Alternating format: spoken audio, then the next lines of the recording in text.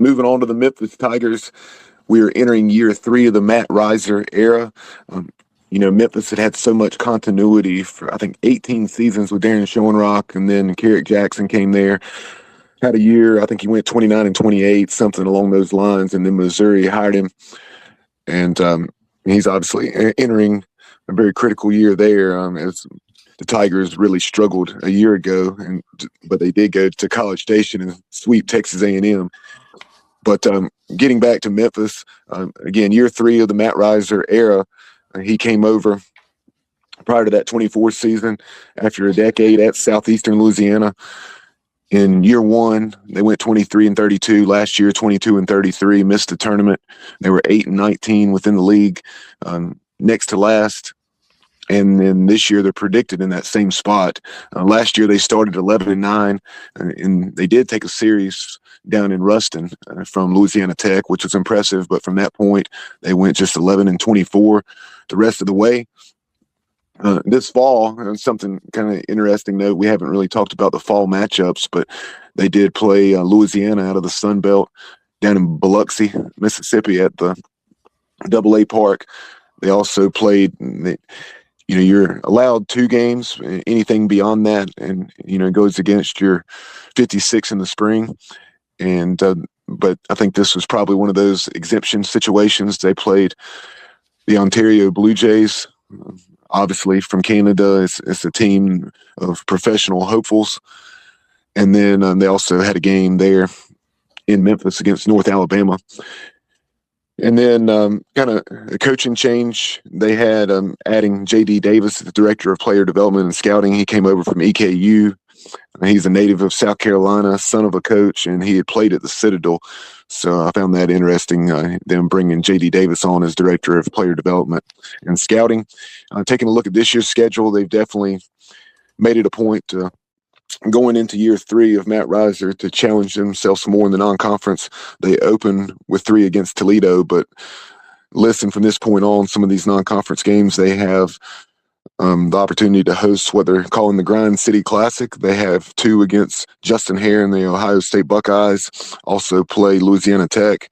They have 3 against Jacksonville State, and then also 3 at Missouri State, 2 programs that are typically very competitive. They have home and home midweek series are just with Ole Miss, and as far as Mississippi State, it is just in Starkville. The Bulldogs do not come to Memphis. And then they also have midweek games with the likes of Arkansas Little Rock, who we saw something out of in the postseason, Arkansas State out of the Sun Belt, and then also Murray State. And we know what Murray State did last season. They go to Murray State to take on the Racers. Within the league, their home series are going to be against Wichita State, FAU, East Carolina, and UTSA. So they do get the Pirates and the Roadrunners there in the latter part of the season. And then their road conference series are at Tulane to start things off, at South Florida a couple weeks later, at Rice, at UAB. And then they wrap things up in that final weekend of the season against the Charlotte 49ers at Hayes Stadium. Last year, the Tigers hit just 244 as a team. 968 was their fielding percentage, and then their team ERA was 509. So as I move into the roster now, you'll see there's a major overhaul positionally. Pitching-wise, not so much. No, they weren't great, but they were, in some respects, good enough if they can get some offense to be more competitive. And it looks as though that's the direction that Matt Riser and staff, turn their focus. But taking a look at things positionally, they only returned 4 guys that had ABs a season ago, led by second baseman Shane Cox. Shane at 6'3", 210-pounder, so a pretty big second baseman there. His 5th year with the program. He is a Tennessee native. He hit 286 and led the Tigers in most offensive categories. He did homer in 3 straight games at one point last year. And then the other returners, catcher Jack Pitts, he's a sophomore, started 13 games a season ago. Michael Polite, he is an infielder, again a sophomore, played in 29 games, started 21 of those. And then outfielder C.J. Willis, 6'3", 225. He is right-handed hitting. He is a redshirt junior. He played in 11 games and started 3 in 2025. So let's dive into these portal pieces that the Tigers brought into their program. You have Barrett Rogers, 6'4", 210 pounds, first baseman and left-handed pitcher. Bats left, throws left, as I mentioned. So he's originally from Tuscaloosa, and he's by way of East Central Community College. Had 2 really stellar seasons there, hitting well over 300. I think average was somewhere in the 350 to 360 ballpark. Combined to hit 13 home runs across 2 seasons, drove in nearly 110, and had close to 30 doubles in those 2 years of JUCO ball. One of his teammates from high school, as well as East Central Community College, and that is Brady McAbee. He's a left-handed hitting catcher, 6'2", 215 pounds. Also, like I mentioned, from Tuscaloosa, Alabama, and Northridge High School. They're bringing in Trey Cassidy. He's also a left-handed bat. He's transferring over from the Ohio Bobcats.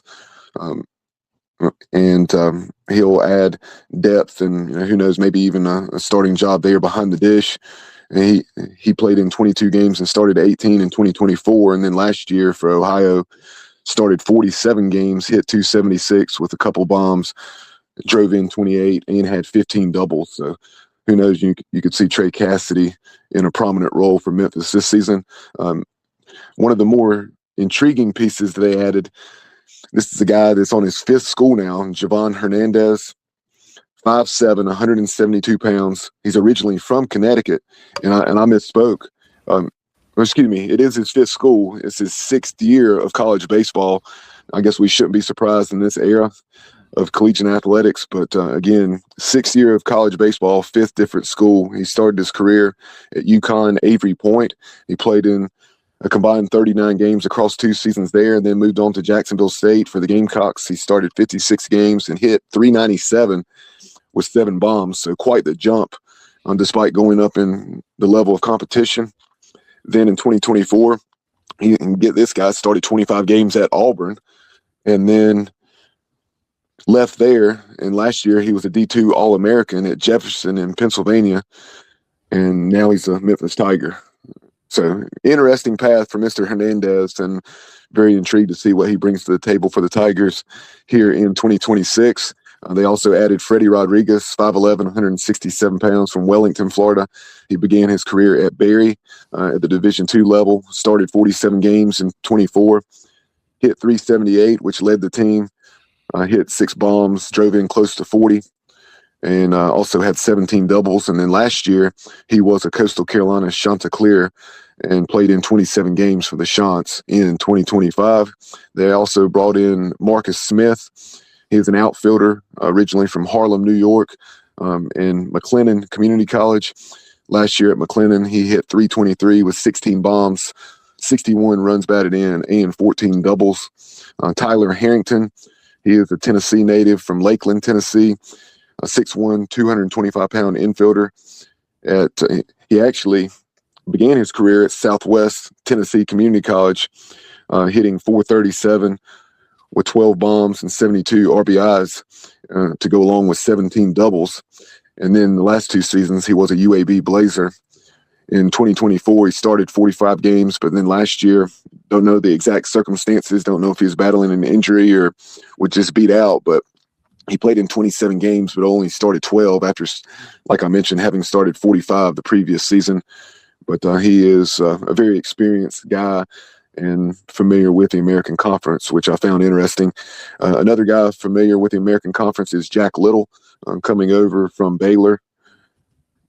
He began his career with the Shockers back in 2023, where he made the all-freshman team. And then, during that time with the Shockers, I should say, he started 45 games, hit 250, and had 3 bombs, drove in 25, 7 doubles. Then the last 2 years, he's been with the Baylor Bears in the Big 12. Redshirting in 2024 due to an injury, and then last season he started 41 games for Baylor. He hit just 219, but had 6 bombs and 30 runs batted in. So this is the guy that clearly has the potential. We'll see how he's able to maximize that with Memphis. A couple more here from the transfer market, and that is Parker Price. He played 100 games and hit well over 300 with nearly 30 doubles and 60 runs batted in. Do not recall the school he's transferring from, but I'm pretty sure it was a JUCO acquisition. And then you also had Cade Hitson. He's a left-handed hitter, played in 50 games last year at Columbia State Community College, hitting close to 340 with 10 bombs and 38 runs batted in. And on the pitching side of things, as I mentioned, most guys are returning. You have some of their top arms from a season ago. Davis Oswalt, 4-0 with a 3 ERA, 18 relief appearances, 36 innings pitched. Opponents hit just 246. You also have Seth Garner and David Case back. Garner's a righty, Case a lefty. Each of them started 14 games in 2025. And then other arms that you'll definitely be seeing in 2026 for Memphis are guys like Charlie Smith, Caden Robinson, Eli Curtis is a lefty, Will Howe, Braden Sanders. Braden Sanders is a guy that earned preseason American Conference honors as a relief pitcher. He had 15 relief appearances a season ago with 5 saves. Opponents hit just 225. He's 5'10", 215 pounds, and Sanders had also registered 7 saves in 2024. Isaac Lucas is another arm you may see, Logan Rushing. And then perhaps the most intriguing is a guy named James Smith. James Smith, 6'6", about 190 pounds. He's a righty. The Pirates saw him a season ago. He's very, very talented. He runs it up there in the mid to upper 90s. Had issues at times with his command. He was drafted as a two-way player by the New York Mets, but apparently made the decision to return to school, and he began his career as an Ole Miss Rebel. So very intrigued to see how James Smith develops, because he's a